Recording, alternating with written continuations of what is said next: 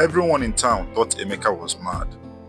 He roamed the streets barefoot, wore torn clothes, and mumbled to himself as he picked bottles from the gutters. Children mocked him, traders chased him away. But what no one knew was that Emeka was not mad at all. He was the only son of Chief Obinna Okav, one of the richest men in Enugu. His father owned estates, companies, and properties across Nigeria. Yet, Emeka lived on the streets, not because he was poor, but because he was searching for something money could never buy: true love. Before we begin this emotional story, please take a second to subscribe and turn on the notification bell so you don't miss more heart-touching stories like this one. Now let's begin. Before the disguise began, Emeka lived in luxury.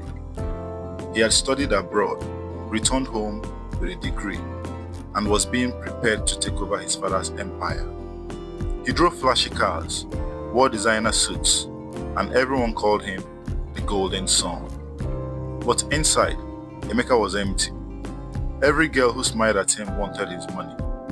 Every friend who praised him had hidden motives. He was surrounded by people, but he was completely alone. One evening, he told his father, "Papa, I want someone who will love me for who I am, not for what you have." His father chuckled and said, "My son, true love is rare, but if that's what you want, then go find it. Without your name, without your money." That single statement changed everything. The next morning, Emeka disappeared. He left his phone, his cars, and his fine clothes behind. He dressed in rags, rubbed dust on his face, and walked into the busy streets of Enugu like a broken man. People mocked him, threw insults, and some even stoned him. But Emeka smiled to himself and whispered, "If she can love me like this, then she's the one."